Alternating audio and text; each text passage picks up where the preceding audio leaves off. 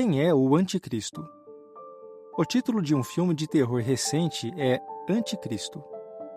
O nome de um dos álbuns de uma banda famosa é Antichrist Superstar. Friedrich Nietzsche, filósofo do século XIX, chamou uma de suas obras de O Anticristo. Reis e imperadores da Idade Média taxavam seus inimigos de anticristos. Martinho Lutero, líder da Reforma Alemã, dizia que os papas católicos romanos eram anticristos. Visto que o termo anticristo já foi usado em contextos tão diversos, muitas pessoas se perguntam: quem é o anticristo? O que ele tem a ver conosco hoje? Com certeza, o lugar mais lógico para descobrir a identidade do anticristo é a Bíblia, onde esse termo aparece 5 vezes. O anticristo é revelado. O único escritor da Bíblia a usar a palavra anticristo foi o apóstolo João.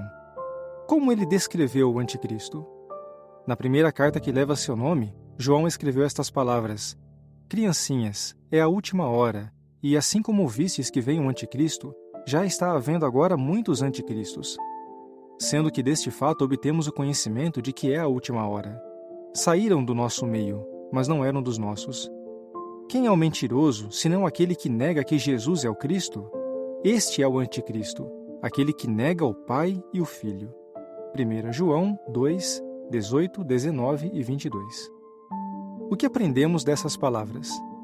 João mencionou muitos anticristos, indicando que esse termo não se refere a apenas uma pessoa, mas a um grupo de pessoas.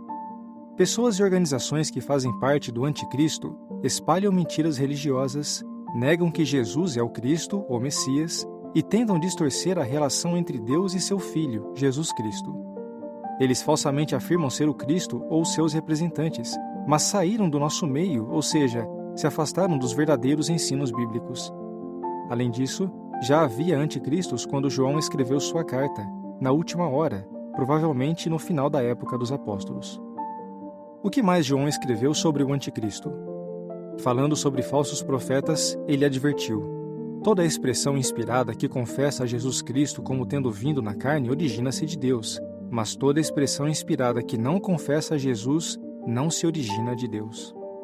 Além disso, esta é a expressão inspirada do anticristo, de que ouvistes que viria e agora já está no mundo.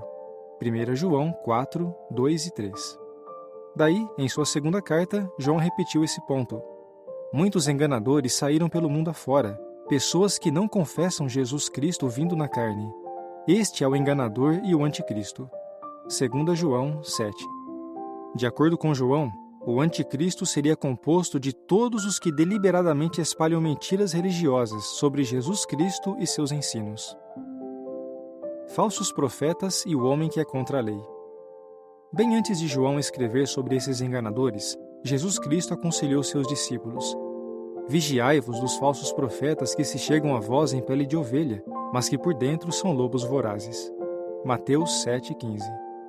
De forma similar, o apóstolo Paulo advertiu aos cristãos em Tessalônica: que ninguém vos seduza de maneira alguma, porque o dia de Jeová não virá a menos que venha primeiro a apostasia e seja revelado o homem que é contra a lei, o filho da destruição. 2 Tessalonicenses 2:3. Fica claro que os falsos profetas e apóstatas já estavam em plena atividade no primeiro século, tentando enfraquecer a congregação cristã. Todos os que espalhavam enganos e mentiras religiosas sobre Jesus Cristo e seus ensinos estavam incluídos no termo anticristo que João usou. O ponto de vista de Jeová sobre eles foi revelado quando Paulo os descreveu como o filho da destruição. Cuidado com as atividades do anticristo. E hoje? Ainda há pessoas e organizações que fazem parte do anticristo e se opõem a Cristo e seus ensinos. Elas espalham falsidades com a intenção de confundir a identidade do Pai, Jeová Deus, e de seu Filho, Jesus Cristo. Existem bons motivos para termos cuidado com essas falsidades religiosas. Vejamos 2 exemplos. Por séculos, as igrejas divulgaram a doutrina da Trindade, afirmando que o Pai e o Filho são parte da mesma pessoa.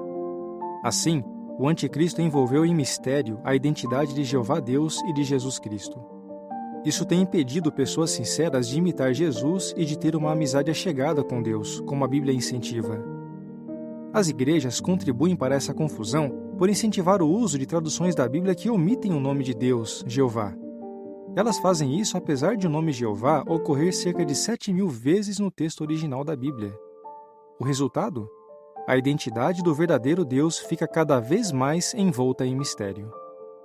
Por outro lado, saber o nome de Deus, Jeová, tem ajudado muitas pessoas sinceras a se achegar a ele.